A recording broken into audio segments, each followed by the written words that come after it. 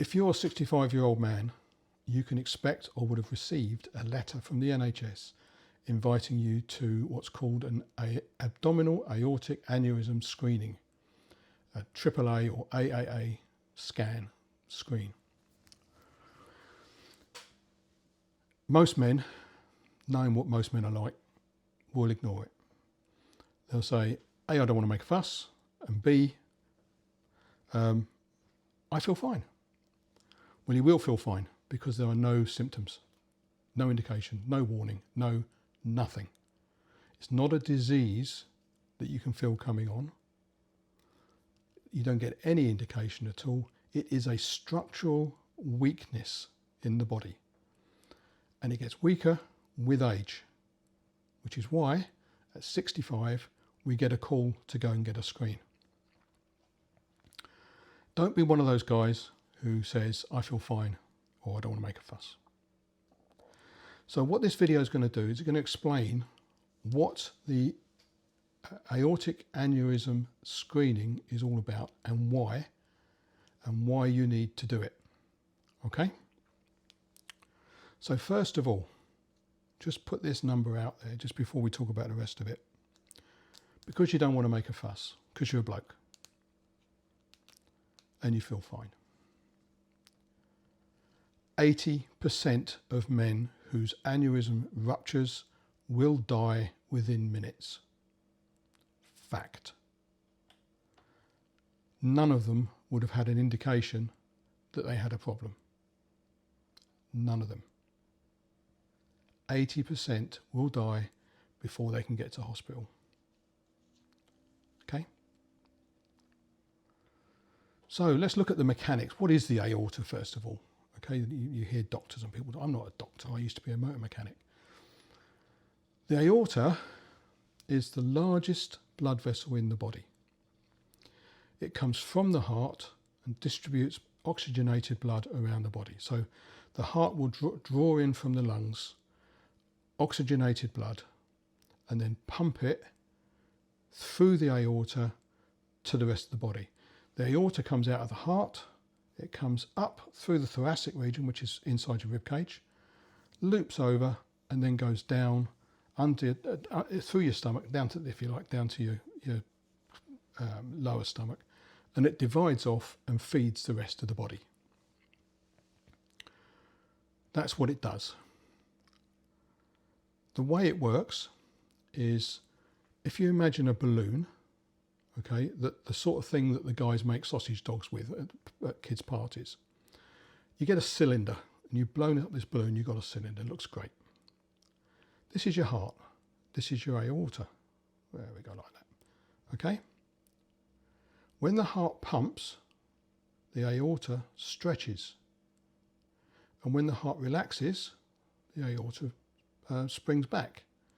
And it does that the whole time. Every time your heart beats, which is 65, 70, 80 times a minute at rest for most of us. I'm slightly tachycardic, so my pulse rate tends to be a bit higher than most, but 60, 70, once every second, one and a bit times every second for your whole life. The reason they monitor us at 65 is because the aorta has been doing this, okay, throughout your life, and eventually it gets a bit tired. So it'll expand, but it doesn't spring back quite as far. The heart's doing this to suck blood from the lungs in to ready to pump again, and your aorta, instead of coming down to here, comes down to here.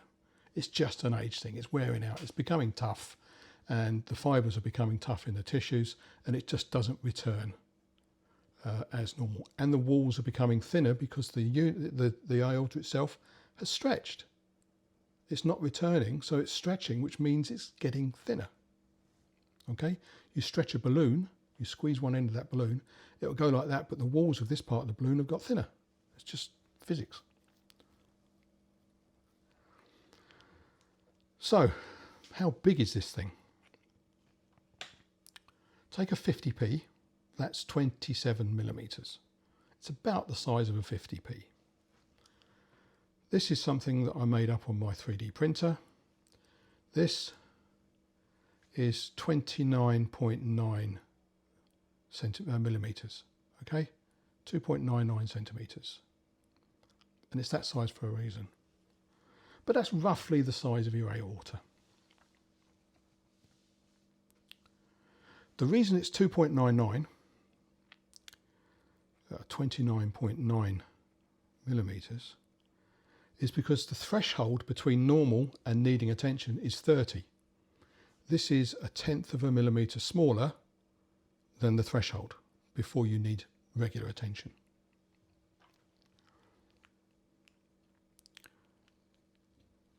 So, before we come back to this little thing, what is the scan? So, you'll get a letter. Don't ignore it. Follow up on it. I was 65 last June, and I was visiting somebody in hospital back in December. I was visiting somebody in hospital, and on the way out, I spotted a notice board, and I'm a nosy old so-and-so, and I saw a picture of Giles Brandreth on a poster, an A4 poster in this notice board. I like Giles Brandreth. I thought I'd find him quite amusing. So I went over to see what he was saying, and he was talking about the AAA scan, the Abdominal Aortic Aneurysm screening program. It's the first time I'd heard of the screening program. On that poster was a QR code. So I'm a nosy so-and-so, I scanned it. Went to a 404. It was a bad QR code. It went to an old dead link. But I took a photograph of the poster, and when I got home I found out who to talk to. And I said, look, I'm 65 in June, this is December, I haven't received a letter.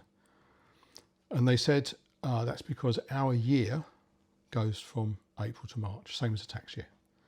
I was on the list to receive a letter, and I would have received it by March. However, as I'm on the phone, did I want to get screened today? Yeah, okay, whatever that means.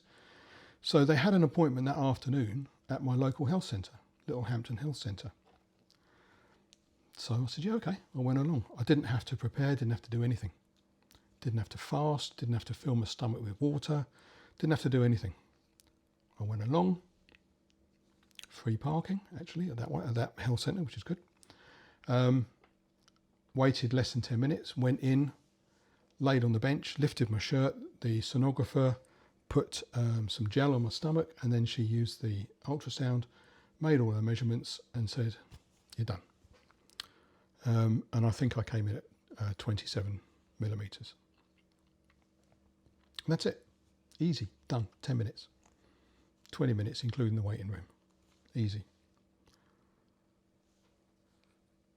Now,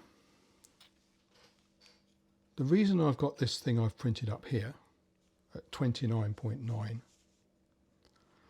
is because at 30, the NICE, the NICE, National Institute for Clinical Health and Excellence, their criteria says that normal is under 3 centimetres. And if you're under 3 centimetres, you are discharged, and you're discharged for life. You won't be scanned again. But it's a binary decision. It's not a clinical decision. If you're dehydrated, you might be smaller than you are normally if you're normally hydrated. So just for giggles, that's 29.9. That is 30.1. Okay? Over the 3 centimetre threshold. Put that on there and look at the size difference. It's next to nothing. You can hardly see it.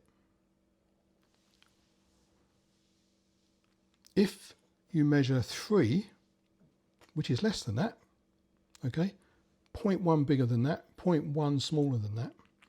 If you measure 3, NICE says you have a small aneurysm between 3 and 4.4 centimetres, 30 millimetres and 44 millimetres, and you will be placed on annual surveillance, scanned every 12 months to monitor growth.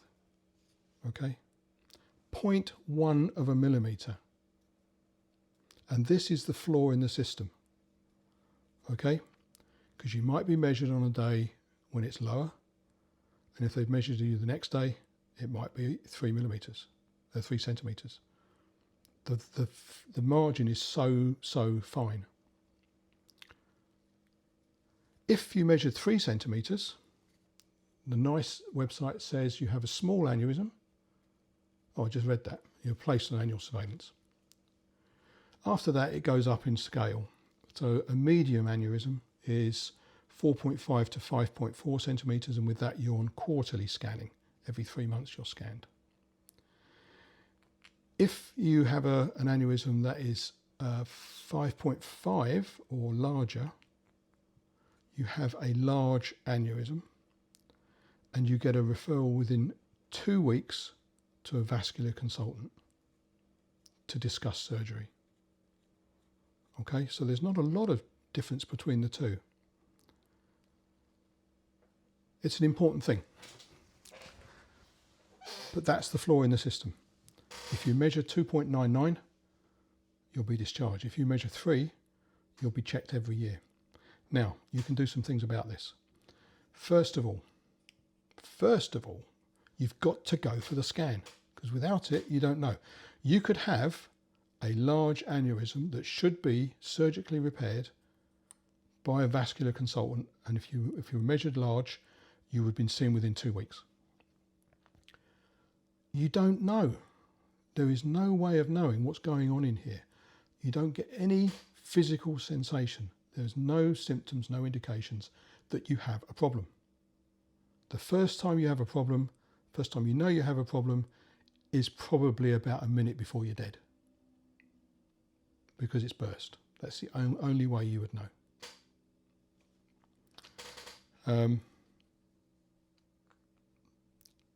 I have a friend who just literally dropped dead. He was walking along the canal side with his son, and he literally dropped dead. He had no idea. So, if you measure close to 3 centimetres, go to your GP and say, I'd like to be referred for another scan in 12 months' time, and put it in your diary. And if you haven't had a referral letter within the year, phone up and self-refer. You can self-refer. You don't even need your GP to refer you. You can self-refer. On my video, on my website rather, this video channel is linked to 22plusy.com. Down below here, there's a link, and it's a link to a post that I've written. I've taken all the medical stuff out of that, if you like, the technical stuff, and I put it into plain English, and there's a post on my site with links on there. And one of the links is the link to the page where you type in your postcode and it gives you a phone number to ring, and you can self-refer. So if you go to my site, you can click on that link, enter your postcode, and it will give you the phone number. You phone them and they will make an appointment for you. It's that simple. That simple. If you get your letter, then make the phone call and take the appointment. There are some things we can do about it. First of all, there's repairs. They can use a stent to repair it, or they can go in and make a physical patch. Remember, this is not a disease. This is a mechanical structural weakness, and they can fix it in most cases. You've been nagged all your life if you're a smoker, and I'm going to do it one more time, but not because I'm a Puritan. My dad died of lung cancer. He had 4 years of finding out that he had some issues. He could feel something wasn't right. They diagnosed lump in his lung, and he had 4 years of living with this and treatment and everything else. So he died at 60 from smoking with lung cancer. But I'm not Puritan, okay? People do what they want to do. But there are some facts to bear in mind. And one of them is concerning the aorta. Now, every single cigarette that you smoke is releasing enzymes into your blood. Fact. Okay? Those enzymes are eating away at the lining of the aorta. Every time your heart beats and pushes blood through the aorta, it's eating away, the enzymes are eating away at the lining and making it thinner. Okay? It's as if you're going in there with some sandpaper and rubbing away the wall of the aorta. Every single cigarette is doing that. If you know that and you still decide to smoke, that's up to you. I'm just making you aware that there are facts behind all this. It's not just about the normal stop smoking malarkey that people don't really explain. This is one of the mechanics of smoking, one of the things that causes problems. And we don't yet know whether vapes do this as well. But certainly tobacco does this. The other thing is blood pressure.